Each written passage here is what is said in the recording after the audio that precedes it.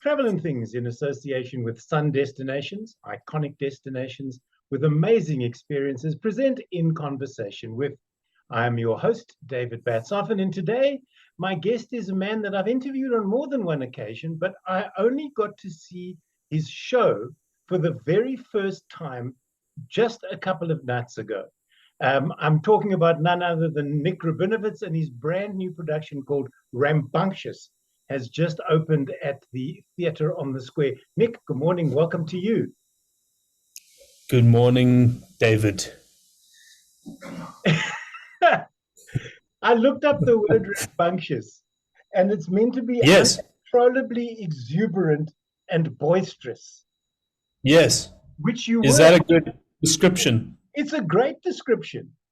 How did you come up with the title? And what is this fascination that you have for goats? I think it comes from my Lithuanian grandfather who came out in 1886. Right. Moved to the diamond mining town of Port and somehow missed out on the diamond rush and ended up with a collection of goats. My favorite goats, and I don't know if you've ever seen them, are the narcoleptic goats, whose defense mechanism is to fall over. Oh, I've seen them. Yeah, and then just I love pass those out. ones. They're the weirdest things. I do have a fascination with goats. I do love them. I once shared, and I think I said this in the show, but I wasn't making it up. Yeah. I once shared accommodation with a goat at the Grahamstown Festival. And you've never His name was Stoffel. I hired him from a farmer. I forget her name. Jenny was her name. She lent me her pet goat Stoffel to promote my show, which was called One Man, One Goat. And Stoffel turned out to be a house pet. He didn't like having to sleep outside. And I was sleeping in this farmer had actually, he'd converted his pigsties into accommodation for the Grahamstown Festival.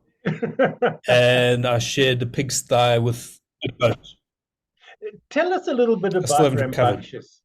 For people who are going to come and see the show, what can they or can't they expect?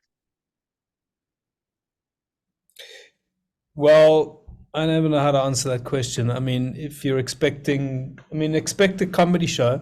I actually don't talk about where the title comes from. And actually, you asked me where I got the name. And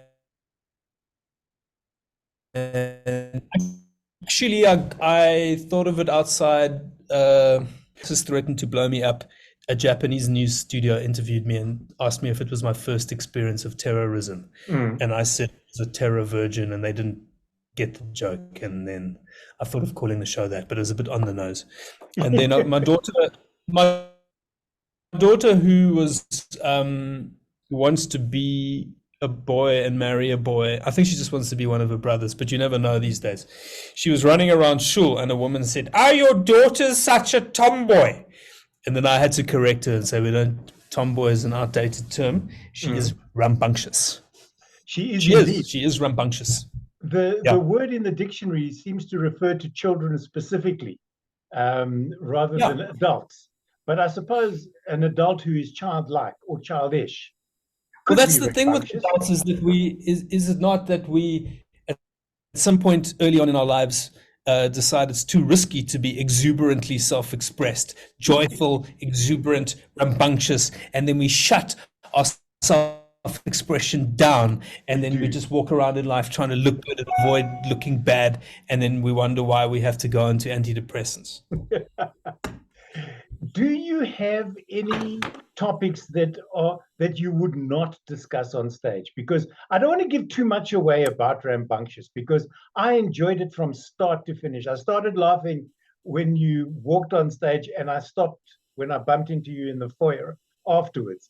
It was just one of those shows that engendered that in me and in the rest of the audience. And I love the fact you told me off air that you were laughing, that you were channeling your dad's laughter. Yeah, it was the weirdest experience. It's never happened to me before, but I started laughing and then realized that my dad was there. And that made me laugh even more because he was enjoying it as well. I got two for the price of one. That's amazing. You asked me something. I I asked you didn't about, answer are it. there What was it? topics that you wouldn't use on your show? I mean, you pull everybody apart, or not pull them apart, but you bring them into your show, including your mom. Yeah. Well, I mean, the topics that I use, and then the next day find out people. Just this morning at breakfast, somebody said to me, "I heard you said that in your show. You can't, please, Nick. You can't put that in your show. Please, I'm begging you. Don't say that about that person." And then you do what I do when you don't want to mention a name. You sort of go, I won't talk Yeah. about them. Yeah.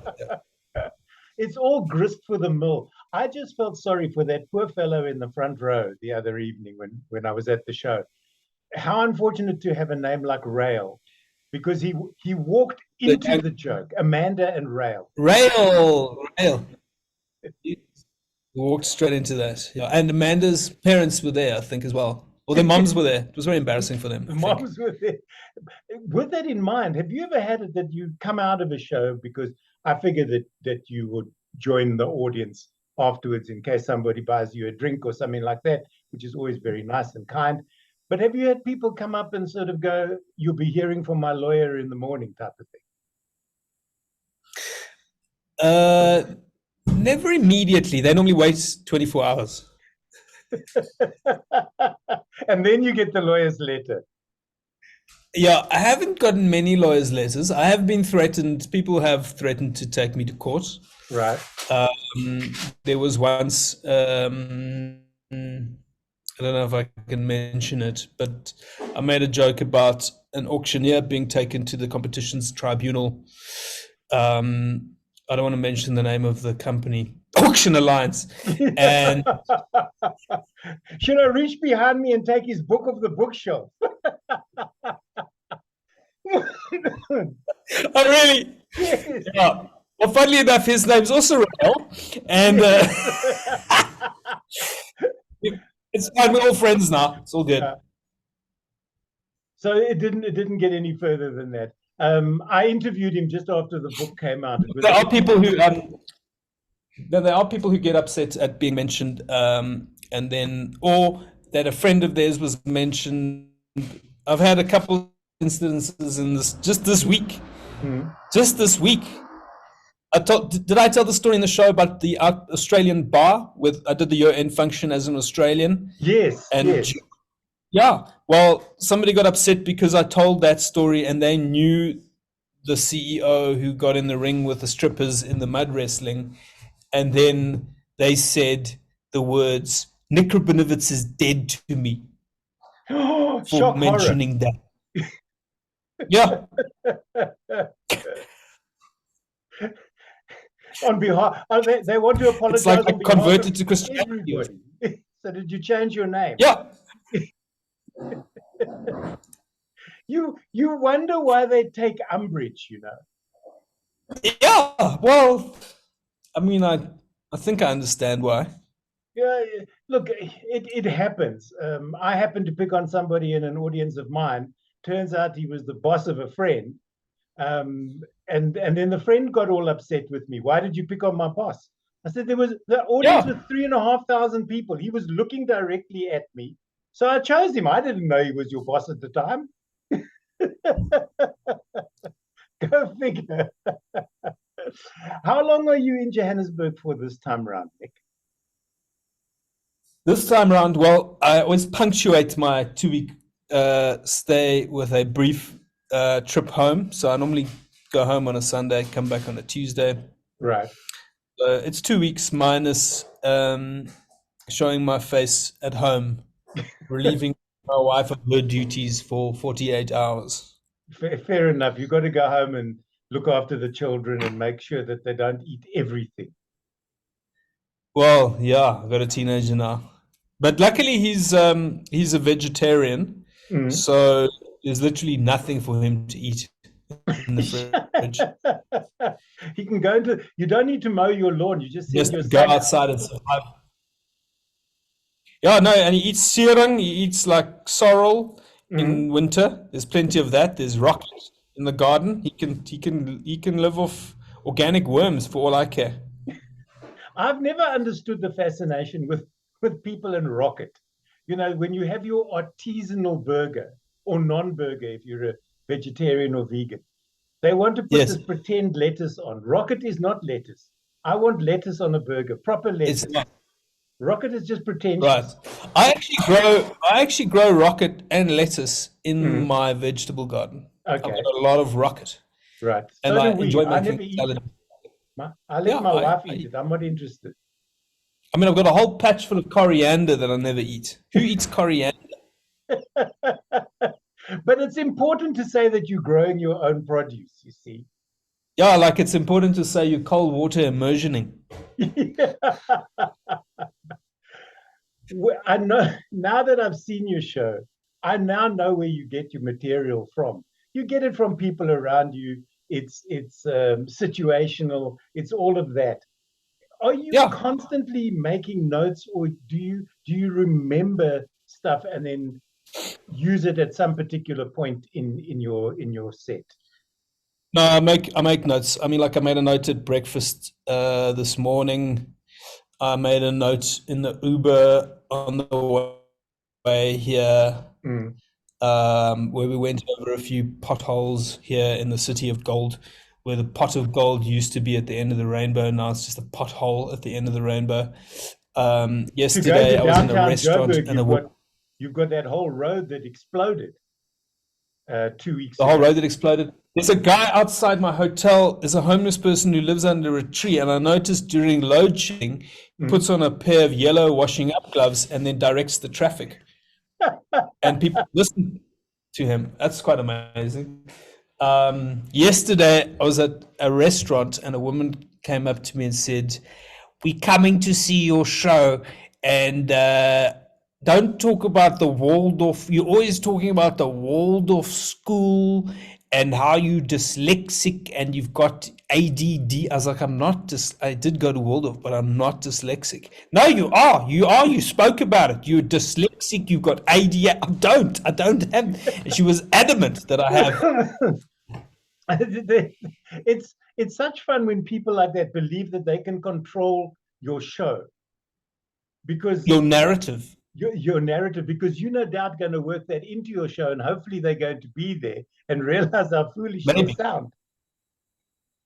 I mean, also, people do say these things. I had it this morning again, and Mm. you heard me say in the show how people tell me things and then say, don't put that in your show. But what you told me is so good that I cannot not. You can't not. And the reason they're No, telling you is because they want to be in the show, because then they can tell their friends, Nik Rabinowitz used me in his show. I did ask him not to, but he used me nevertheless, or my story. well, the thing I told you about King David and the King David fundraising tour that I'm currently Mm. busy with. And the organizer is always telling me something about a donor that she maybe shouldn't be telling me. This happened this morning. She goes, this one and this one, and he hundreds of millions he made on and you can't put that in your show. I'm like, well, It's going to be like the guy with the heated driveway. If that story is true, I think that says a lot about that particular society. That you're too lazy to shovel snow in that winter. story is 100% true. And that particular individual had said, oh no, not 3 kilometers, maybe it's a kilometer long driveway, I think. Mm. And afterwards, I went up to him and she'd said, please don't. And I was like, are you the guy with the heated driveway? She's like, yeah, that's me. The heated driveway. And why the heated driveway, Nik? Just because he was too lazy to shovel snow in winter? Yeah, no, it stopped working, eh? And snow and, it just melts right off the tarmac. You can't write material like that, You really can't. You can't. So the show, you said that the show was shorter than load shedding, but longer than something else, and I can't remember what the something else was. No, it's longer. It's longer than a family meeting with Cyril, but it's shorter. Shorter than load shedding. Shorter, Yeah, it's shorter than a load shedding. I think that's accurate. Yeah, but I mean, have you ever had it where obviously you've got set material and you know that it takes you 80 minutes or 90 minutes to do. But have you ever had it where you're just having such fun? The audience is Yes. eating at it, and you just go, listen, we're here. I hope you brought snacks because we're going to be here for a while. Yeah. And if it's Jews, you hope they brought snacks, and if it's not, you hope they have drinks in their bag. Luckily, Danny was in last night. Yeah. Yeah. Theatre Square, you are allowed to, aren't you? Yes, you can. You can. I don't know so much about food, but I know that you can bring drinks in. Drinks, yeah. In the days before it was actually, last night there was chateisim in with extra bottles of wine. Isn't that a great word, chateisim? Did they offer you some? No, they never offered me. The evening that I saw you, there was a fellow comedian sitting in the front row. And I know that you saw him because you mentioned him very early. He came in late. I mean, come on now. Yes. You grist for the mill if you do that. But it was actually my fault because he came in the back door and I started talking to him for 5 minutes and then because if at one particular point, because I spoke with him after the show, and I said at one particular point, I thought he was going to get up on stage and high five you because he was laughing so hard. That's why I invited him. He's like the best person to have in your audience. You mentioned the Johnny Clegg Memorial, and I have to tell you, when you walked on stage, and I'm sure this is not new to you, for a split second I thought that Johnny had come on stage. There is an incredible resemblance between you and him that is almost breath stopping, if you know what I mean. I had to physically remember where I was and who I was watching. Yeah, it's one of my regrets that I didn't get to spend more time with him. Yeah, I saw him just before he died. He was up the road from us, and I stopped to chat because I have an original 7 single of Was a Friday, which nobody else seems to have. And I'd asked him to sign it. And he said, sure, come over. I'll sign it with pleasure. Instead of dashing home, picking it up and dashing back, I thought, I'll go and see him at some particular point. And that point never happened because Johnny and I not quite share a birthday. He was a week ahead of me. And I always used to phone him on his birthday and go, hello, old man. And he'd go, yeah, you'll catch up with me next week, so don't be too cocky, Sacha.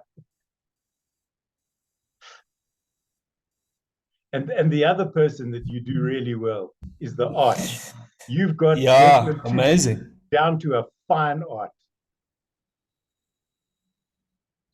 Well, Nik. That's pretty good. That's pretty good. I can only do the laugh. It goes up as well. He was on a bucket list of people that I would love to have met. And unfortunately never did. Madiba, I had the privilege a few times. Yeah, Madiba, yes, but he's sort of old school. We don't need to use him in comedy sketches anymore. You're doing weekend shows while you're at Theatre on the Square, doing Saturday, but you're going. I've had 3 requests from different rabbis actually just this morning to come to Shabbos. Actually, 2 of them invited me for Shabbos, and the 3rd asked me if my show is kosher for rabbis. And I wasn't sure how to respond because I actually looked through the material and I thought it's probably 80% kosher for rabbis. I don't know, apart from the bit I do about the rabbi. Well, this is it. It depends on the rabbi. Depends on the rabbi. I've tried to explain to the Rabbonim that bacon is a fruit.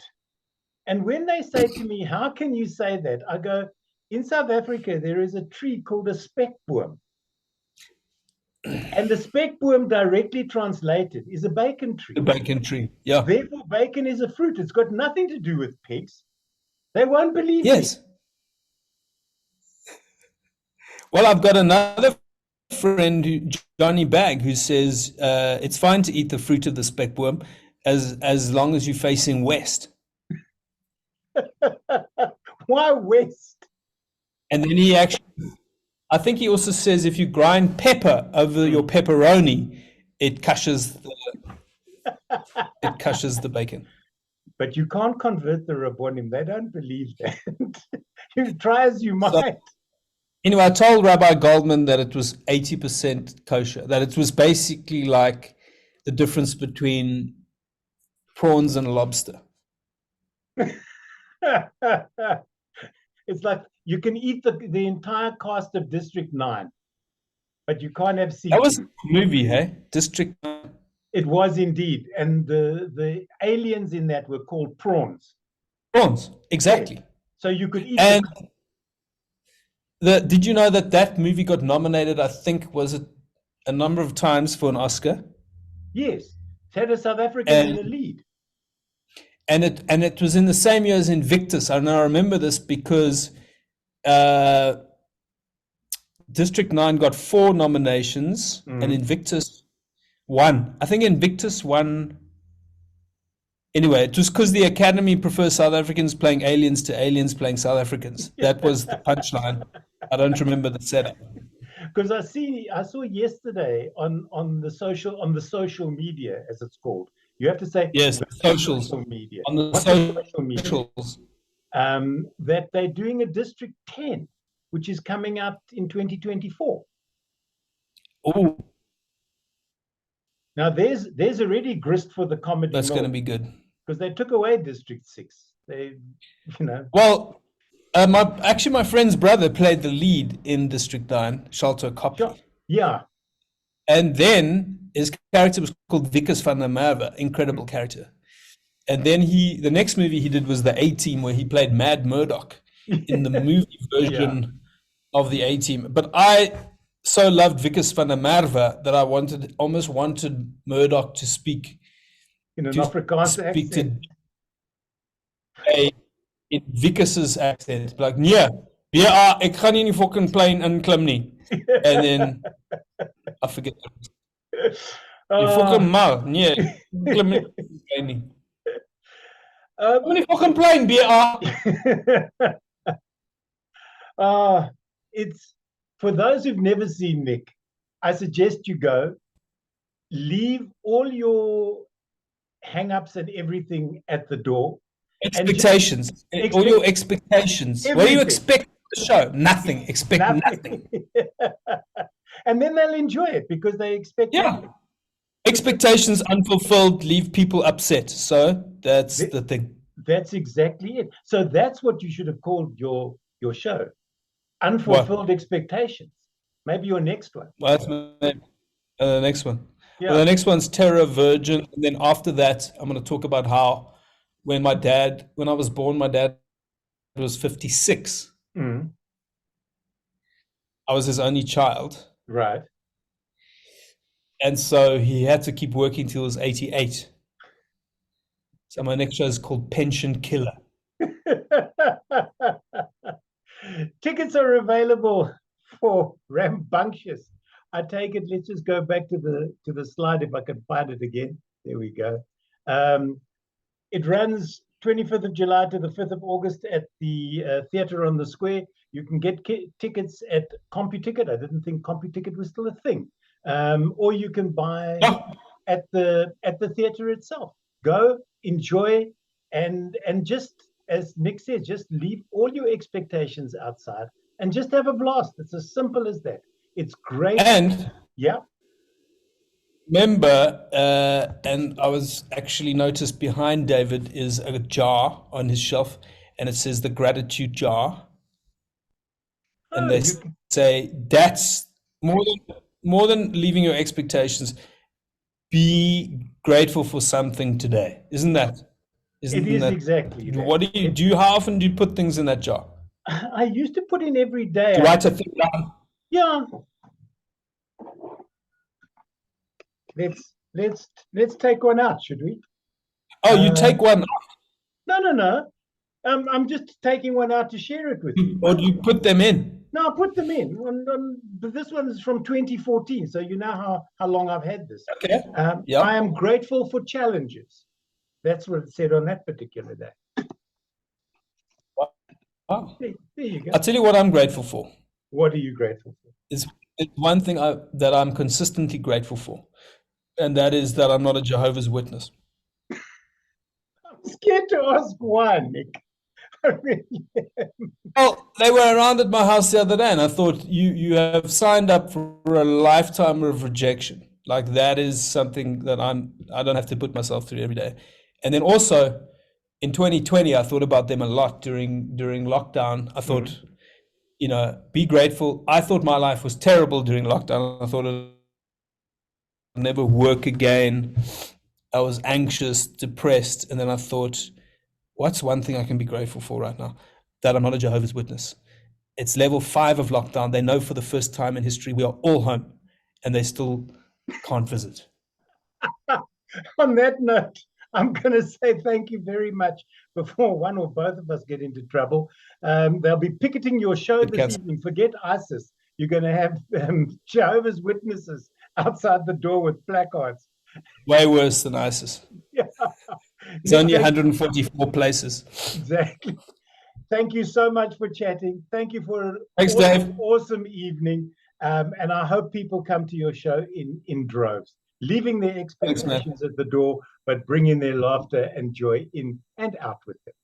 My guest today on In Conversation With, once again, the inimitable, the uncontrollably exuberant and boisterous Nik Rabinowitz.